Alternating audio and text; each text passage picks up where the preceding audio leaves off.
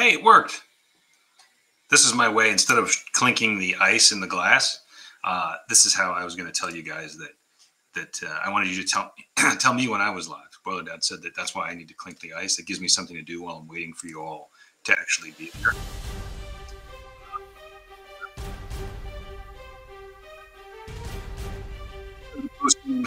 For Purdue's loss at home to Wisconsin.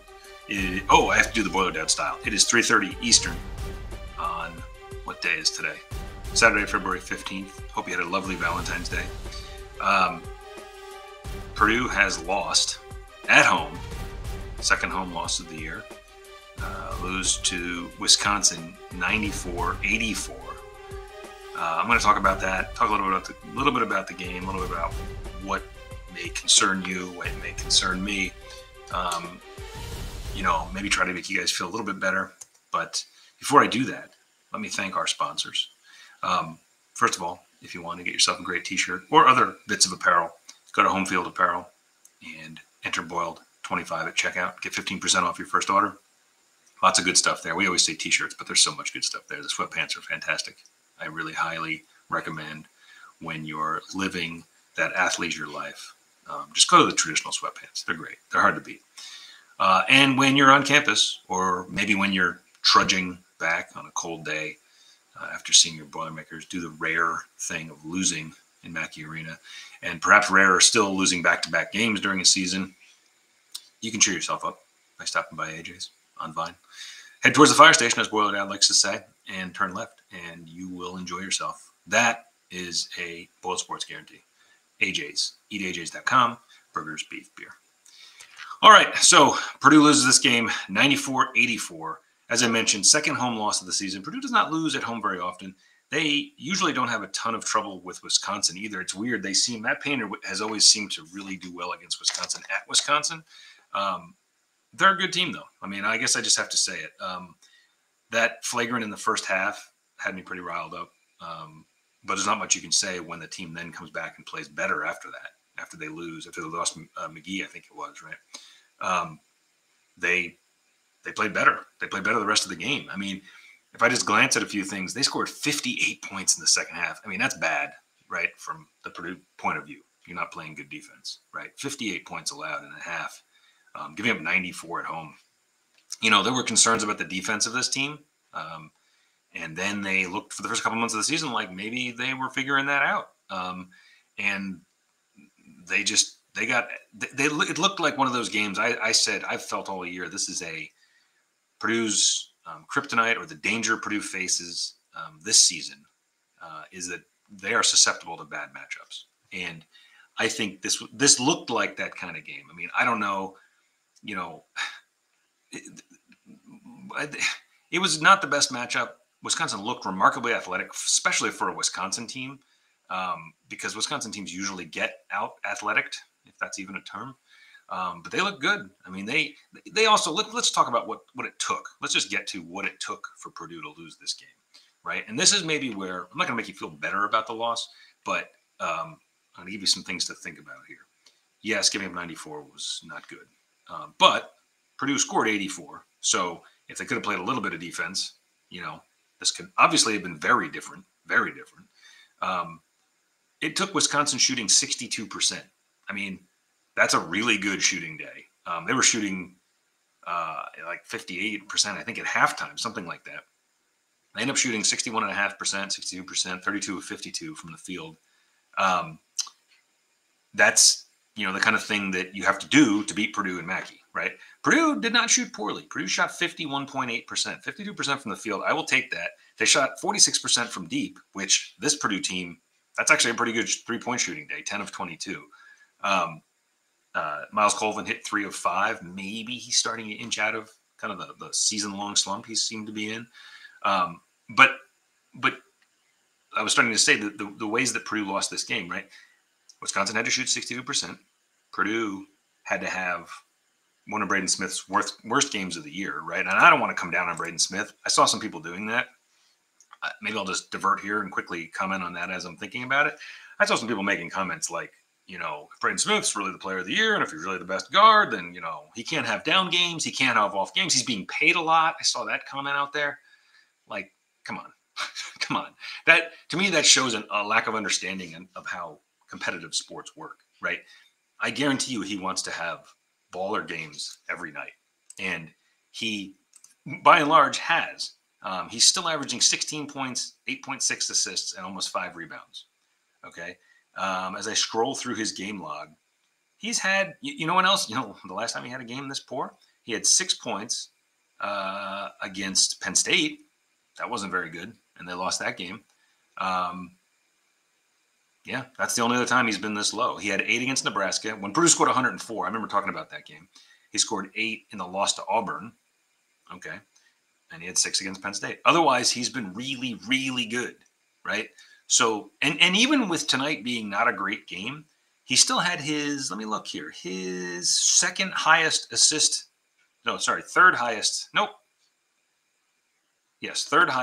total for the season.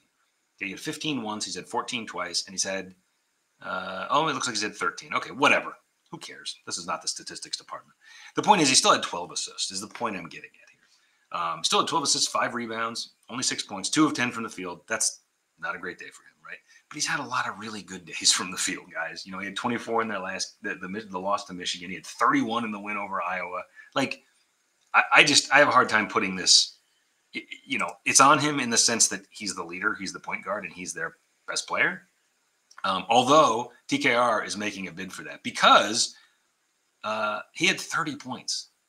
That was a quiet 30. I don't know. I looked at the box score after the game and I just didn't realize but he did he's doing what he's been doing and just keeping Purdue in games, right? Just doing his thing. And you look up at the box score and he's got 30 points. He's got 5 assists and 4 rebounds. He needs more rebounds and he still doesn't get many blocks. 6 of 9 from the line, 12 of 16 from the field. Like, can't ask for more than that. Interestingly, Wisconsin, Tonje had 32 points. And again, as you know, I'm not the statistics guy, but I can't imagine there have been that many Big Ten games where a player on both teams had over 30.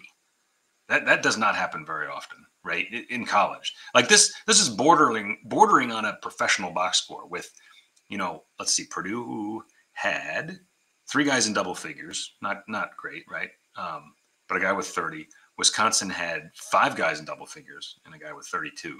So 32, 17, 12, 11, and 11 is on the Wisconsin side. So they had a good distribution of scoring. They had a lot of guys contributing. Purdue didn't. So what I was getting at earlier, to get back to the train I was on, the things that had to happen is Wisconsin had to shoot the lights out. Braden Smith had to have a bad game. And Purdue had to, again, not get a ton off the bench, right? There's been a lot of criticism of Heide and Colvin and their lack of taking that step forward that everybody expected and hoped for, right? I think a lot of people thought Heide or Colvin might be in the starting lineup, and yet it's CJ Cox and Caleb First. So, you know, they continue to be a little bit disappointing in terms of the production. Heide had 1 triple he hit, a couple assists. Like I said, Colvin was 3 of 7 from the field, 3 of 5 from deep for 9 points.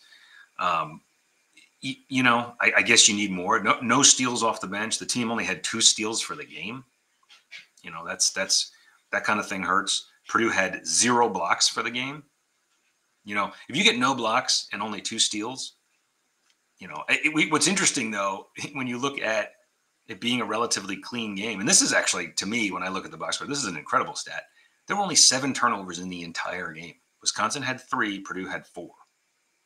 So, like, it's weird, right? It was a pretty clean game in terms of, you know, there were no blocks. There was honestly little defense. This was the kind of game people should not complain about the Big Ten, right?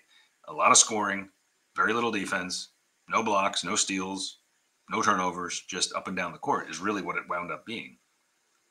With the exception of that flagrant 2 that McGee had in the first half.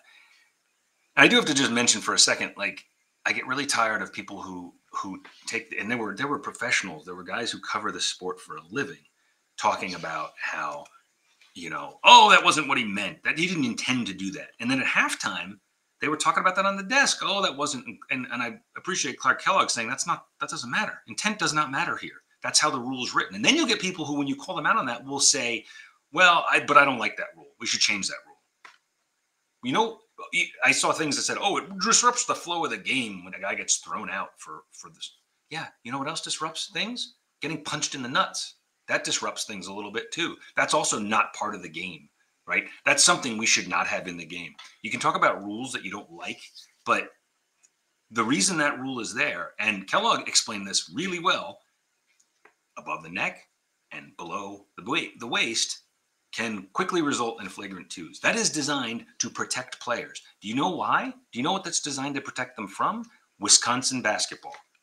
Programs like that over the years, over the decades, have played that brand of basketball, right? And I'm fine with you running through a screen. We've all seen there are ways to run through a screen, put your shoulder into the guy's chest if you are okay taking a foul. But like, you're not going to get thrown out for that.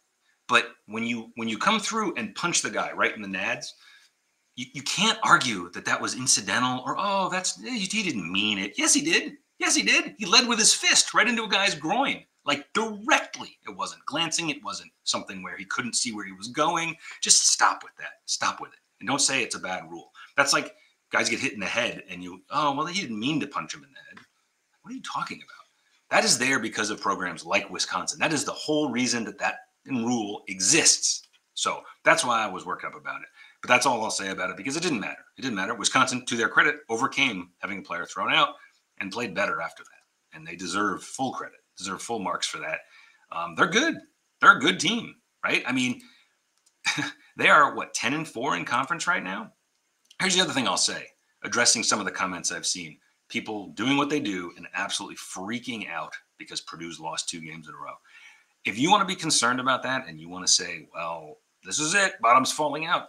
Guys, we all knew this was a tough stretch, right? Yeah, you got to win your home games, and now you have 2 tough ones on the road. You got to go to Michigan State and to Indiana. But something that the last couple of years of Purdue basketball should have shown you is that this team does come through in big spots, right? So I don't think you should be writing any of this stuff off yet. And a lot of these other teams have tough games to play too. And let me just remind you, Purdue is 1 game out, 1 game behind in the standings. Okay. They've, again, played 2 more games than Michigan. And so they've got 2 more losses. That equates, they're 11-4, Michigan's 11-2. So they're technically 1 game behind. Sure, that may indeed have cost them the conference. That's very possible. But Michigan still has to play at Ohio State. They got to play Michigan State. They got to play Nebraska, Rutgers, Illinois, Maryland, and at Michigan State. So they got Michigan State home and home. So let's not say Purdue's cooked just yet, guys. And you can if you want. I don't know why I sit here saying that kind of thing. I don't know why I try to talk you guys out of it. The people who freak out and bug out and do the whole, season over, I don't really understand it because Big Ten titles are great and that should absolutely be a goal. That should be something they're striving for. But Purdue's done that. Purdue's done it more than anyone else, in fact. And if Purdue can still get a top 3 seed in the NCAA tournament, which they still are in a great position to do that, then I don't really care if they don't win the Big Ten this year. I'd love them to. I'd love it. But if they go into the tournament as a 1, 2, or 3 seed, even a 4 maybe, I don't know, man. I feel like, again, when you look at things from the macro big picture view, given what they lost after last year, that's still putting yourself in a really good spot. Then you're hoping for a good draw, right? Then you're hoping for good matchups. But really what this comes down to is Purdue has, I said this in one of my other recaps, this Purdue team, if they lose, earlier than you'd like them to this year, is going to be because they have a tough matchup, right? Well, right now I'm beginning to feel like, yeah, that can be the case, but they might have enough talent in TKR, Braden Smith, Lawyer if he gets hot, to overcome that sort of a thing. What's becoming clear is they're not going to get much off the bench as far as, guys that come off and really just microwave things and heat it up. They've got some good guys. They've got some guys who are going to develop in, Burgess, Harris. But right now, if the starting 5 is not playing great, you're going to struggle. And quite honestly, when I look at the starting 5, right before I get to your commentary, I'm just going to look again. I told you TKR had 30. Caleb First had 5. I mean, he's not known to score a ton of points. He did have 5 fouls. CJ Cox had 13. Again, feels like a quiet 13, but he had 13 points. He had 6 rebounds. Not a bad game either, right? Fuchalura had 15 points. Okay. So really, nobody in the starting five except for Braden kind of played below their standards, right? So again, if you want to talk yourself into, hey, this was kind of fluky in a sense, fluky in the sense that a lot of things had to happen for this to land the way it did. I don't want to say fluky to suggest Wisconsin's not good. I just mean if Braden Smith plays his normal game or this team plays any kind of defense, could be very different. But I'll go back to what I've said in other games too. You're going to lose games. You're going to lose games. Purdue is 19-7. They're 11-4 in conference. You're going to lose sometimes. It's going to happen. What matters is how you respond to it. Purdue was up in that Michigan game. And if Purdue had won that Michigan game and then lost this, I don't know how you'd all feel. You'd probably be pissed they blew an opportunity to win another game at home, just like you are right now. I don't know. And I'm through predicting what Purdue fans think. So those are my comments. That's what I think of this game. Let me see what you all think of this game. Got a few of our regular friends here. Everyone's saying hi, hello, hi, because I told you to say hi. I appreciate it. Ted Berkey says that was awful. It was awful from that's giving up way too many points. That's really tough to have happen at home. I agree. Dangs 223434 says the game was terrible. Nathan says brutal game. Jim Garfinkel says, wow, it's J Money Live, the sequel. Yes. It's going to be a series maybe now. Daniel Pritchett says, what happened? I'm assuming he means because I'm here. I don't know. Adam P says we need music from Benny Hill. There's another one of those references that I love it when people make references that are like 60 years old just to see who's paying attention. Boilermakers 63. Wisconsin's still a bunch of goon thugs, even if they finally run a halfway decent offense. Well said. They are, like I said, the reason the flagrant 2, they're one of the big reasons that rule has to exist and has to stay in place because they love to do stuff and then stand there talking to the official like, what? What did I do? Oh, so I can't just punch them right in the balls. Oh, see, I thought I could do that. I don't know. I love the whole dialogue.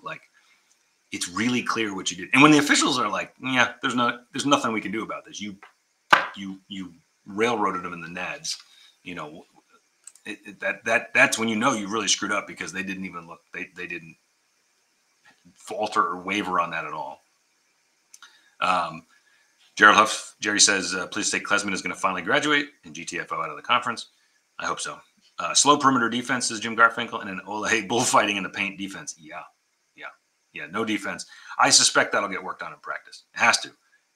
If not, then we're back to a team from a few years ago. I forget what year. I remember Boiler Dad doing an analysis of teams that played poor defense. It might have been one of the Ivy teams where he was like, as good as this team can be, they're not going deep because teams in the tournament who play poor defense do not make runs, right? They just don't. Because this can happen, right? You can play a pretty good game, but give up 94 and it doesn't matter. You're done.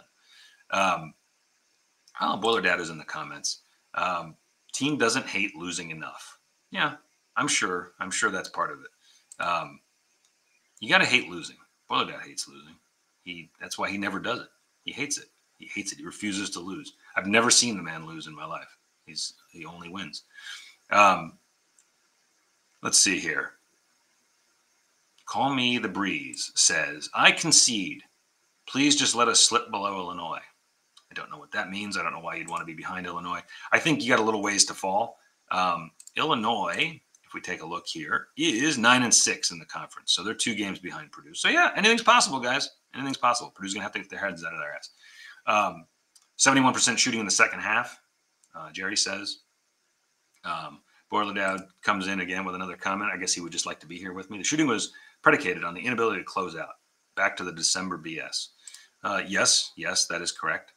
Call Me the Breeze corrected himself. He concedes, just don't let us slip below Illinois. Yes, I don't want that to happen either. Jim Garfinkel says Wisconsin showed a high basketball IQ, probably because the average age is like 25 years old. That's a great point. Let's see here. Yo says, I live in Wisconsin. This effort totally pisses me off. We were up 9 and puked. Yeah.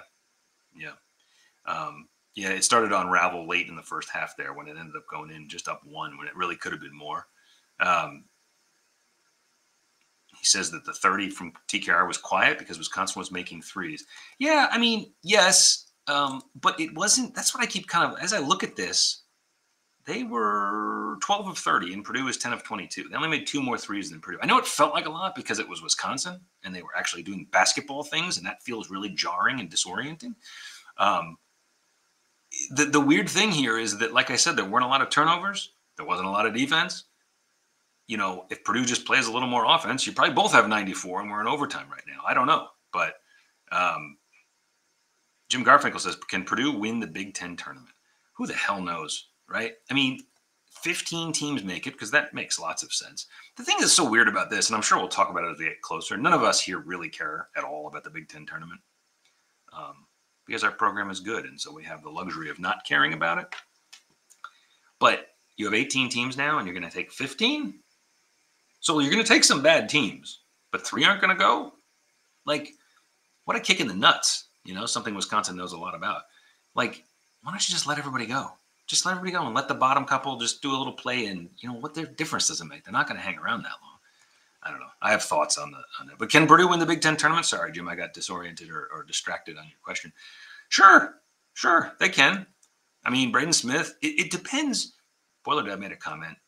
They don't hate losing enough. I would push back a little bit on that. I do think I made a little funny comment there. I think they do hate losing. I think Braden Smith hates it.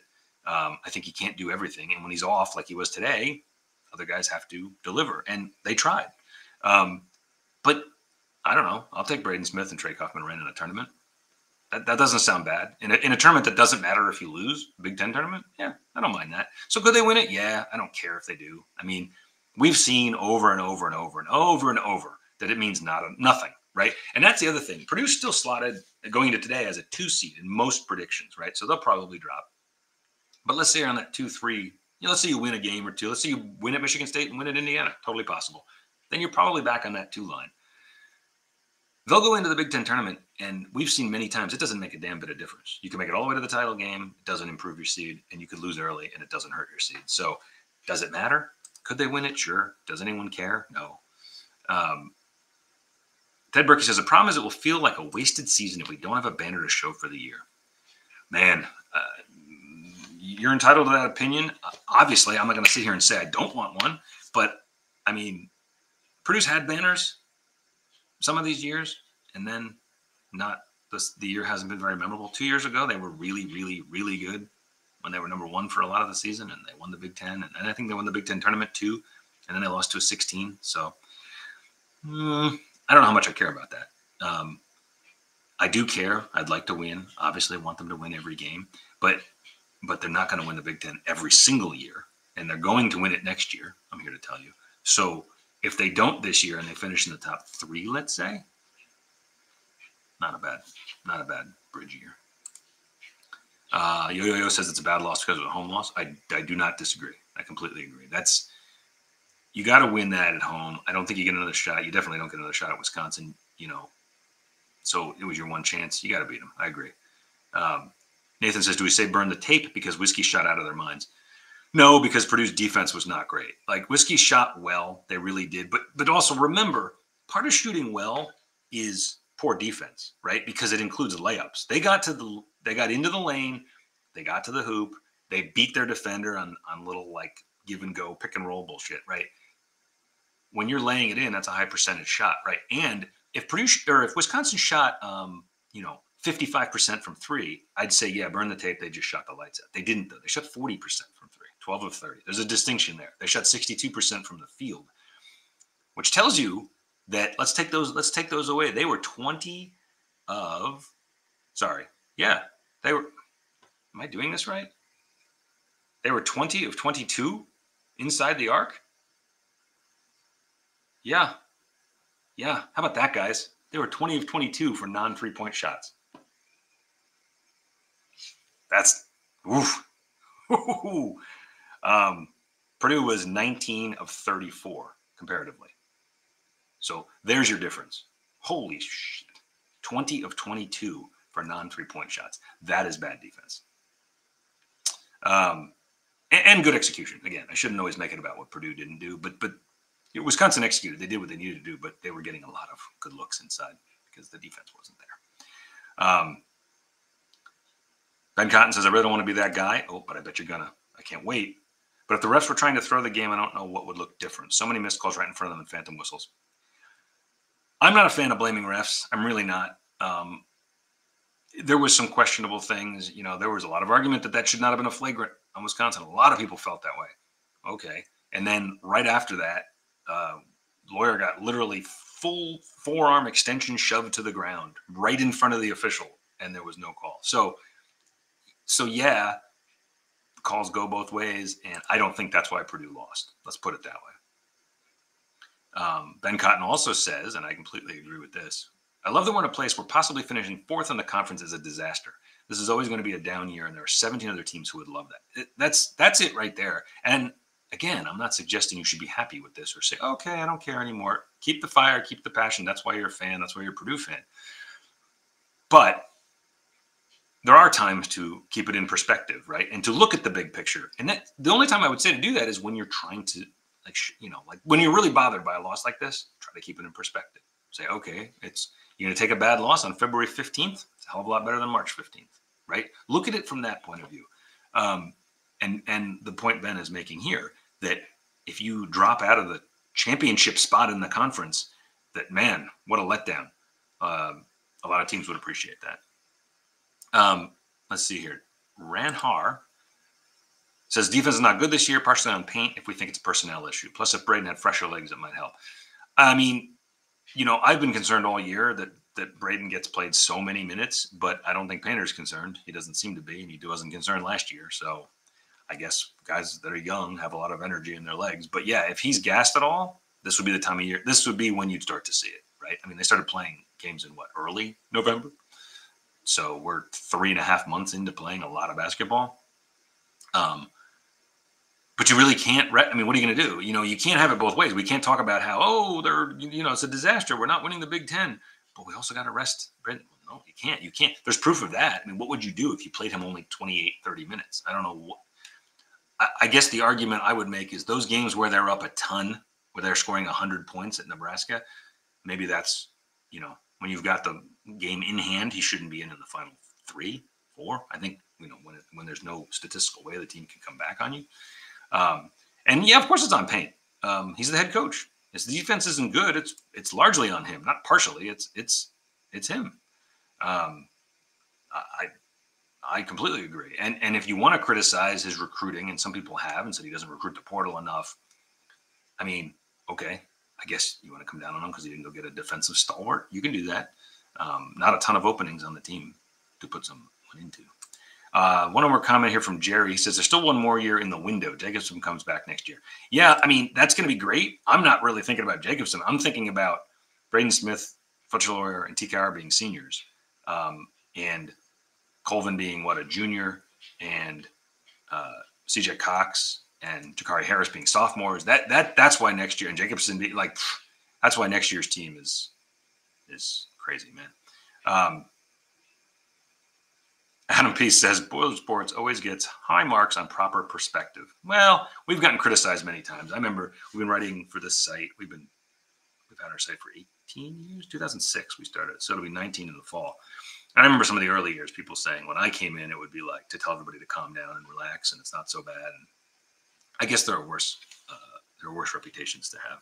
I think there's a lot in life that you got to maintain the balanced perspective. Let's see here. And Nathan A says, God bless, spring is around the corner. Gosh, from your lips, man. It's snowing here in New Jersey where I live. Yeah, it doesn't look like spring is around the corner. But it is. You're right. Couple weeks, we're into March. And man, is that, let me just say, mid-March to mid-June is my favorite time of year. And I know I love college football. Anyone who knows me from Boiler Sports knows I love coming out to games. I love college football in the fall. But there's something about that April to June, because you go just rapid fire into, you got the March Madness, you've got spring training, you got baseball starting, you've got the Masters if you like golf, you've got the NBA and NHL playoffs, you get into the time of year when people are graduating from, so if you have any young people in your life, they're graduating from high school or college, that's a promising, happy time of year. It's sunny, it's golf season starts. There are so many things I love about that time of year. Long days, man, that is. So I get very excited once we get into March, because I know that's like right there. You get the Masters commercials. That's the one that does it for me. Weirdly, I'm a big golf fan, but not as big as some of these other things, right? But that's the one that's like, holy shit, it's right there. It's coming. So it all comes at you so fast. I love that time of year. Oh, Jerry says, didn't realize J Money is also here in the Sleeve, New Jersey. At least we had the Eagles celebration yesterday. I'm not in that part of Jersey, Jerry. So if you're being serious, I don't like the Eagles. I'm in northern Jersey, where the sane, educated people live. Sorry, I didn't mean to take a shot at you. That wasn't nice. That wasn't nice. That wasn't nice of me at all. But I don't like Philly. I don't like that. No Eagles. No fly, Eagles fly. I think that's all, folks. It's been 31 minutes, and I appreciate you all stopping by. I appreciate you supporting the site.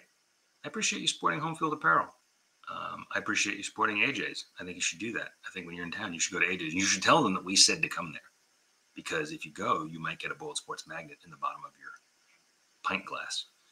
If you don't know what I mean by that, they fill their pint glasses from the bottom. Because why do things the way everyone else does? That's really the way they look at it. Thanks for joining us. We'll see you next time. Purdue has fallen to 19-7, 11-4 in the conference. They next play at Michigan State on the 18th, which is Tuesday. Follow that up the following Sunday at Indiana. Both of those games on the road. Whew, could be tough. Then they have UCLA at home. Then they have Rutgers at home. Then they go to Illinois. So yes, I agree. It does not get easier, but I have faith. I'll see you all next time.